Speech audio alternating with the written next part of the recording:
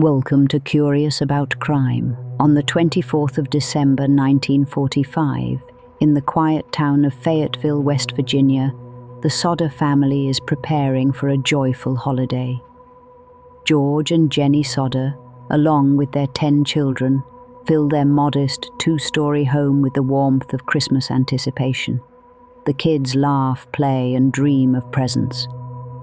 But in the early hours of December 25th, 1945, a fire tears through their home, reducing it to ashes. When the smoke clears, 5 of those children, Maurice, 14, Martha, 12, Louis, 9, Jennie, 8, and Betty, 5, are gone. Not a single bone, not a trace, nothing. Were they consumed in the blaze, or did something far darker happen that night? This is the haunting mystery of the Sodder children, a case that's baffled investigators, torn a family apart, and left us with more questions than answers. Let's unravel it, step by step. First, let's meet the Sodders. George Sodder, born Giorgio Soddu in 1895, immigrated from Sardinia, Italy, to the United States as a young teen. He worked hard, starting as a coal truck driver and building a successful hauling business in Fayetteville, a small town nestled in the Appalachian Hills. By 1945, he's 50, married to Jennie, a 32-year-old homemaker also of Italian descent. Together they have 10 children: John, 23, Marion, 21, George Jr., 16, Maurice, 14, Martha, 12, Louis, 9, Jennie, 8, Betty, 5, Sylvia, 2, and a newborn, Franklin. The family is tight-knit, living in a bustling home where the kids share rooms upstairs. George is a respected but outspoken man, known for his strong opinions, especially his criticism of Italian dictator Benito Mussolini, which doesn't sit well with some in the local Italian-American community.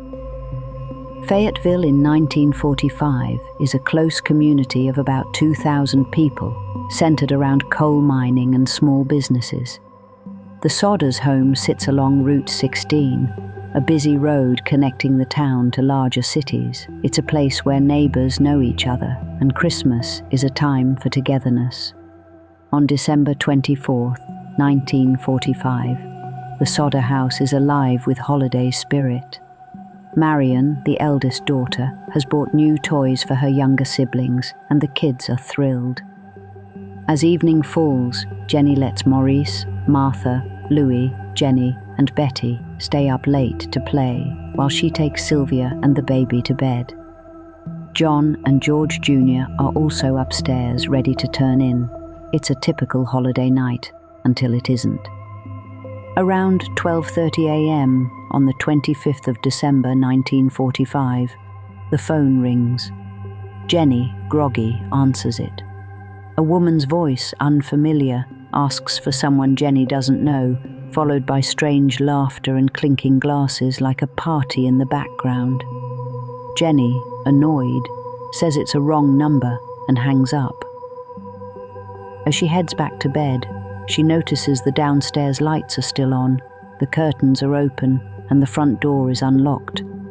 Odd, since the family is usually careful. She switches off the lights, closes the curtains, locks the door, and returns to bed. Minutes later, around 1 a.m., a loud bang jolts her awake, like something heavy slamming onto the roof. She listens but hears nothing more and drifts back to sleep. Then, the smell of smoke. By 1:30 a.m., the house is ablaze. Jennie wakes George, grabs Sylvia and the baby and rushes downstairs. John and George Jr. escape through a window, while Marion makes it out the front door. Flames block the staircase, trapping Maurice, Martha, Louis, Jennie and Betty upstairs. George, desperate, runs outside to climb to the second floor. He keeps a ladder against the house for emergencies, but it's gone. He tries his 2 trucks to ram them against the house for access. Neither will start, despite working fine the day before. A neighbor, seeing the chaos, runs to a nearby store to call the fire department, but the phone there is dead too. Another neighbor finally reaches a fire chief, but the volunteer fire department, small and unprepared, doesn't arrive until 8 a.m., hours after the fire has consumed the house. By dawn, the Sodder home is a pile of ash and twisted metal. George, Jennie, and the surviving children, John, Marion, George Jr., Sylvia, and the baby, stand in the cold, devastated. The fire chief declares the 5 missing children dead, burned in the blaze. But something feels wrong. Jennie, a practical woman, knows fires don't erase bodies completely. She experiments, burning animal bones in a stove, and finds they don't turn to ash. A crematorium worker later confirms that a fire burning for just a few hours, even at high temperatures, would leave skeletal remains. Yet, the official report insists no traces of the children were found. The coroner rules it an accident due to faulty wiring, and death certificates are issued for Maurice, Martha, Louis, Jennie, and Betty. Case closed, or so the authorities think. The Sodders don't accept it. Strange details start to surface. Weeks before the fire, a man approached George, warning him to stop criticizing Mussolini, saying, "Your house will burn and your kids will pay."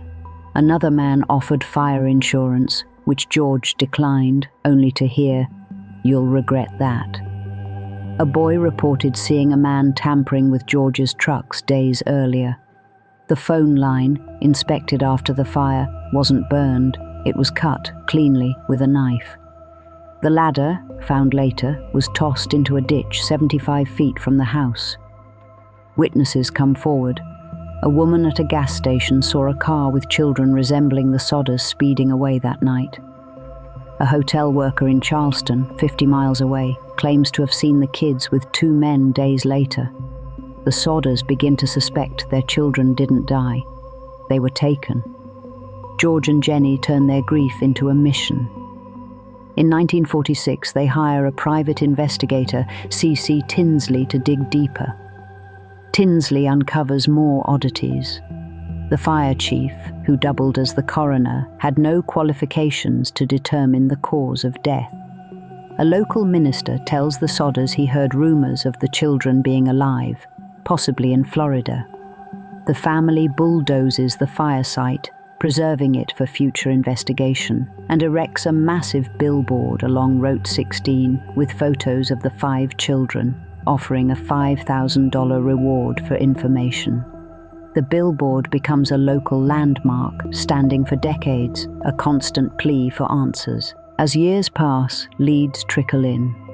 In 1949, a woman in St. Louis claims to have seen the Sodder children with a group of adults, but the trail goes cold. In 1968, a mysterious letter arrives at the Sodder home, postmarked from Kentucky. Inside is a photo of a young man in his 20s, with dark eyes and curly hair, strikingly similar to Louis, who would be about that age. The letter is unsigned, with no explanation. Jennie is convinced it's her son. George travels to Kentucky, but the sender is never found. The Sodders send the photo to experts who can't confirm or deny it's Louis. They add it to the billboard, hoping someone will recognize him. Let's explore the theories. First, the official story. The children died in a fire caused by faulty wiring.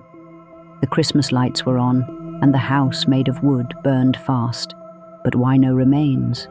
Fire experts say a house fire, even an intense one, rarely reaches the 2,000 degrees Fahrenheit needed to cremate bones entirely. The fire burned for less than 3 hours, and other items, like appliances, survived intact. Could sloppy recovery efforts have missed the remains? Possible, but unlikely, given the Sodders' later excavation found nothing. Theory 2. Arson and kidnapping. The Sodders believed the fire was set to cover an abduction. The cut phone line, missing ladder, and disabled trucks suggest sabotage. The bang on the roof could have been an incendiary device like a Molotov cocktail, but why take the kids? Some point to George's anti-Mussolini stance. Fayetteville had a small Italian community, some loyal to Mussolini's regime. George's outspoken criticism may have made enemies, possibly tied to organized crime. In the 1940s West Virginia, the mafia had influence in coal towns, and a revenge plot isn't far-fetched. Could the children have been taken to punish George or sold into a trafficking ring? Sightings in South Carolina and Florida fuel this idea, but no concrete evidence ties the mafia to the case. Theory 3. A cover-up. The fire department's delayed response and the coroner's rushed ruling raised suspicions. The chief, F.J. Maurice, was also the town's undertaker, with no forensic training. Some speculate local officials were bribed or pressured to close the case quickly, perhaps to protect someone powerful. A 1949 inquest into the fire was inconclusive, and police dismissed the Sodders' pleas for a federal investigation. Could the children have been relocated deliberately, their identities hidden? This theory struggles with motive. Why target 5 kids from a working-class family? Theory 4. The children escaped but vanished.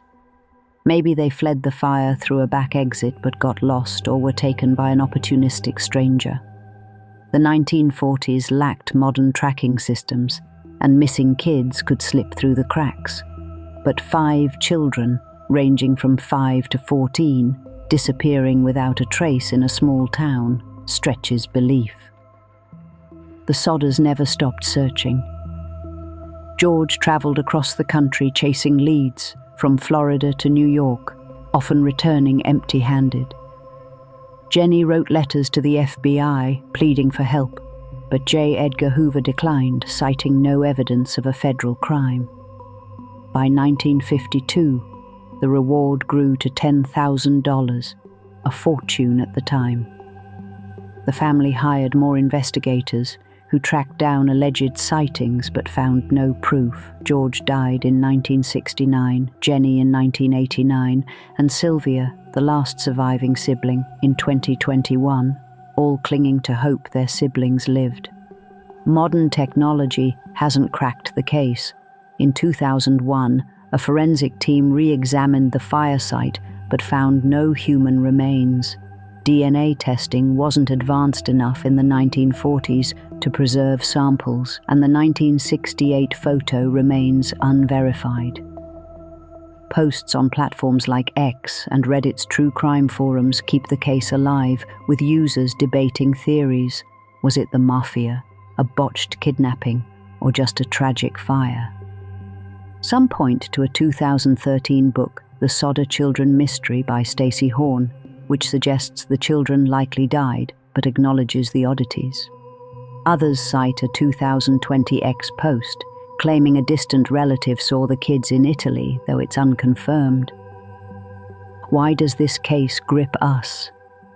It's the perfect storm of tragedy and mystery. A family's Christmas shattered, 5 children erased, and clues that lead nowhere.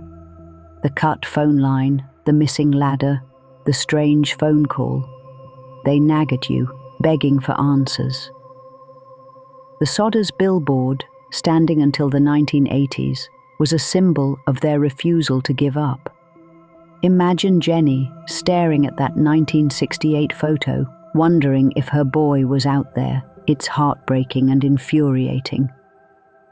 Let's tie it together. The Sodder case isn't just a mystery, it's a wound that never healed. The official story feels too neat, the clues too strange. Were Maurice, Martha, Louis, Jennie, and Betty stolen in a calculated plot? Did they perish in a fire no one can fully explain? Or is the truth something else entirely? We may never know, but the questions keep us searching. What do you think happened that night in December 24th, 1945? Was it arson, abduction, or accident? Have you heard a theory we missed? Drop it in the comments and let's keep this mystery alive. If you want more cases like this, hit that subscribe button and share this video with your fellow crime enthusiasts. Stay curious, and we'll dive into another mystery next time on Curious About Crime.